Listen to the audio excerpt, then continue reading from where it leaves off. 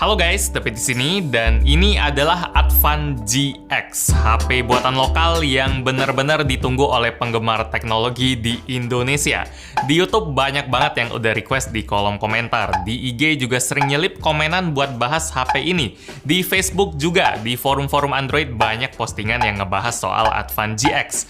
Hype HP ini nyata. Momen yang langka sih, netizen mentang-menting bisa semangat banget sama HP lokal, karena selama ini HP dari luar negeri memang cenderung punya kualitas yang lebih bagus dan lebih ditunggu. Marketing mereka juga lebih heboh kan? Terus kenapa Advan GX ini bisa beda gitu bang? Kenapa tiba-tiba banyak yang antisipasi gitu?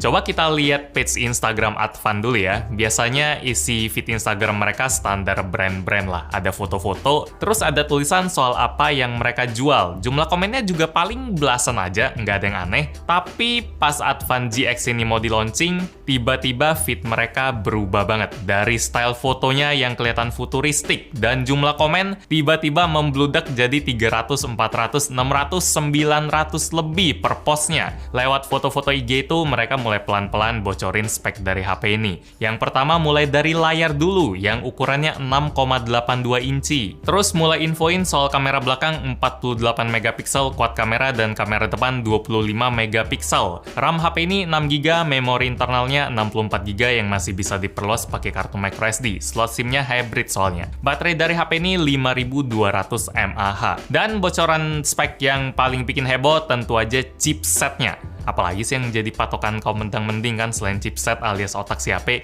Chipset bagus, HP bagus. Motonya kayak gitu harusnya. Nah, chipset yang dipakai Advan GX ini sendiri bakal bikin orang agak heran sih. Namanya Unisoc Tiger T618. Buat Anda yang belum tahu, Unisoc itu merek chipset juga. Udah ada dari lama. Tapi memang nggak populer dan jarang banget kedengeran.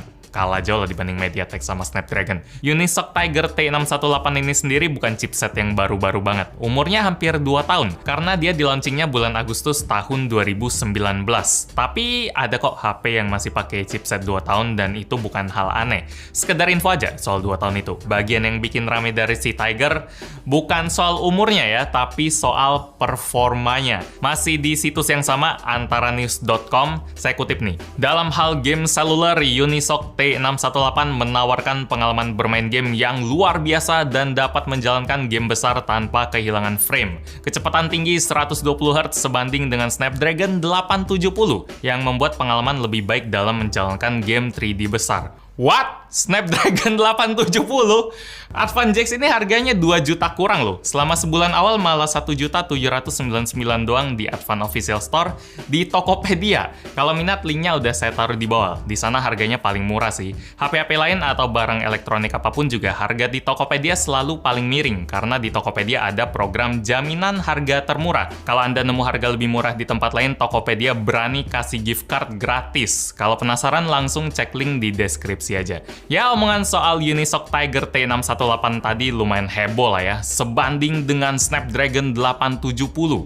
Yang bener nih, dia udah punya chipset yang sama kayak Vivo X60 Pro yang harganya 9 jutaan itu. Poco aja kalah loh, harganya masih mahal, 5 jutaan. Advan nih, 1799 juta. Ya, 1799 juta. Kalau saya tebak, kayak gitu sih proses kenapa hype Advan GX ini bisa naik banget. Nah, kenyataannya kayak gimana? Apakah Advan GX ini memang sebagus itu? Pas saya tes HP ini awal-awal, kesan saya langsung bener-bener positif ya. Proses loadingnya cepet, pindah aplikasi gesit, install aplikasi baru juga nggak lemot. Ini tanda chipset yang bagus. Tapi pas saya tes Antutu 8, saya agak ngeri-ngeri sih. Soalnya skornya nggak sampai 200 ribuan. Ini tipikal HP sejuta, 2 jutaan lah. Ngeri kalau hype-nya berlebihan dan harus balik ke kenyataan kalau HP 2 juta ya 2 juta aja. Untungnya pas saya udah mulai cobain kerjaan yang real kayak main game buat main Mobile Legends contohnya, settingannya bisa kita atur ke rata kanan, high frame rate, grafis ultra, aman banget. Selama saya main, frame rate yang didapat pun bisa konsisten di rata 60 fps, sangat enjoy. Terus kita naikin level gamenya ke PUBG M, settingan mentoknya bisa kita dapetin smooth ultra atau HD high ya. Dan ceritanya sama kayak Mobile Legends, frame rate yang didapetin HP ini super konsisten di 40 fps. Itu batas atas settingan smooth ultra. Kalau saya tebak, kalau misalnya HP HP ini ada settingan ekstrim 60 fps, dia bisa dapat juga. Dan soal tes terakhir, game setan Genshin Impact bisa dapat di frame rate berapa? Rata-rata 28 fps loh, dengan kisaran frame rate antara 20-40 fps. Ini performa gaming yang mirip kayak Snapdragon 720G yang ada di HP 45 jutaan. Kesimpulan saya soal Unisoc Tiger T618,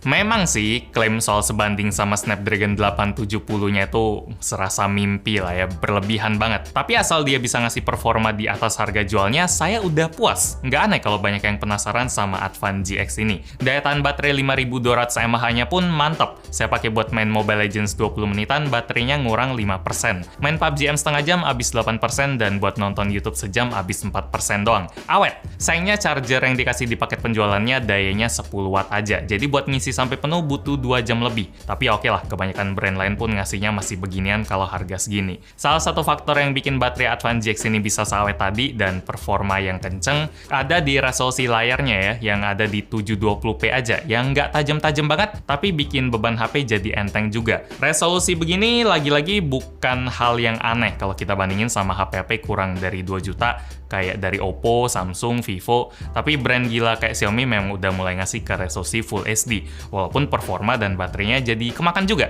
ada plus minusnya lah. Soal kualitas layarnya sendiri, warna yang dihasilin panel IPS-nya udah bagus walaupun nggak gonjreng banget, oke lah. Oh ya, satu bagian lagi yang saya suka dari Advan GX ini, dia udah pakai Android 11 dan UI-nya pakai stok Android punya bro. Mungkin ini yang bikin dia lebih efisien dan kerasa lebih wus-wus lagi ya, karena di dalamnya nggak banyak modifan fitur yang bikin dia tambah berat. Langkah bagus sih dari Advan, walaupun saya kayak lebih bangga aja soal IDOS yang mereka punya, OS yang Indonesia gitu lah. Tapi kalau misalnya IDOS belum efisien, mending pakai versi yang nggak ada modifannya sama sekali dulu kayak di HP ini. Kalau desain dari HP-nya sendiri rasanya biasa-biasa aja, nggak ada yang spesial, baik dari bentuk HP-nya, warnanya, sampai ke bentuk kameranya. Lokasi fingerprint-nya ini desain yang main aman banget. Ada headphone jack, gyroscope, dan USB-nya juga udah Type-C. Satu-satunya bagian yang bisa jadi sandungan buat Advan GX ini ada di bagian kameranya. Walaupun di atas kertas kamera Advan GX kelihatan meyakinkan, kameranya 48 megapiksel, ultrawide 8 megapiksel, dan dua kamera lain ditambah kamera depan 25 megapiksel, tapi hasil fotonya agak bikin was-was sih, serasa lagi gacha gitu. Di kondisi yang terang, kadang foto yang dihasilin udah sesuai sama kelas harga 2 juta ke bawahnya. Saya happy. Tapi itu terjadi di 50% kesempatan aja. 50% lainnya, warnanya bakal kelihatan agak aneh. Terlalu pucat, terlalu terang, detailnya hilang. Dynamic range kameranya kewalahan banget. Sementara kalau di dalam ruangan, kualitas gambar dipastiin bakal nurun, walaupun masih oke lah.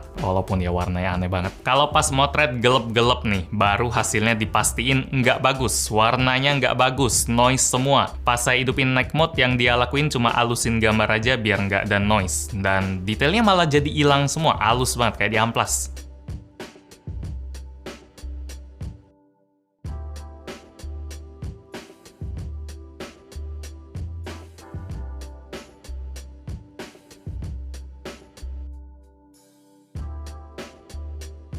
Buat sampel videonya juga kurang oke. Ini hasil saya ngerekam di resolusi Full HD, tapi serasa rekam di 240p aja. Dan kalau saya aktifin mode stabil, videonya memang stabil, tapi frame rate-nya jadi patah-patah. Nggak ada yang benar sih.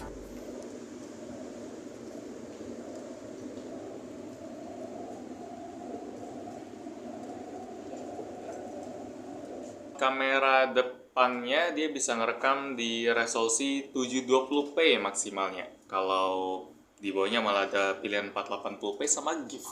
Lumayan unik sih, dia bisa ngerekam di resolusi GIF punya. Ya tapi kira-kira kayak gini sih. Ini lebih ke ngetes kualitas mikrofonnya juga.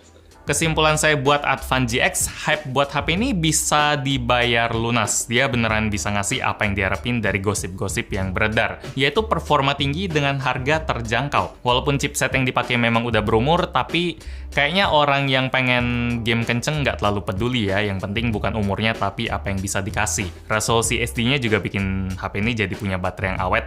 Nah, awalnya udah gede jadi tambah awet lagi. Stok Android yang bikin sistemnya jadi lebih wus-wus, fiturnya juga lumayan lengkap, headphone jack, terus ada apa lagi nih yang tadi saya sebutin sampai lupa. Apa ya? Gyroscope. Kalau aja kamera Advan GX ini bisa hasilin foto cakep dengan konsisten juga, atau minimal nggak usah cakep asal kelihatan jelas aja deh, HP lokal ini bakal bisa bersaing banget sama HP-HP brand luar negeri. Dan tentu aja kita semua ngarep kayak gitu kan. Sayangnya masih ada ganjelan yang gede banget di satu sektor yang lumayan penting. Kalau Anda nggak peduli sama kamera, Advan GX ini bisa banget buat dipertimbangin. Demikian review gadgetin buat Advan GX. Like kalau Anda suka dengan video ini, dislike kalau nggak suka, dan kita ketemu lagi di video selanjutnya.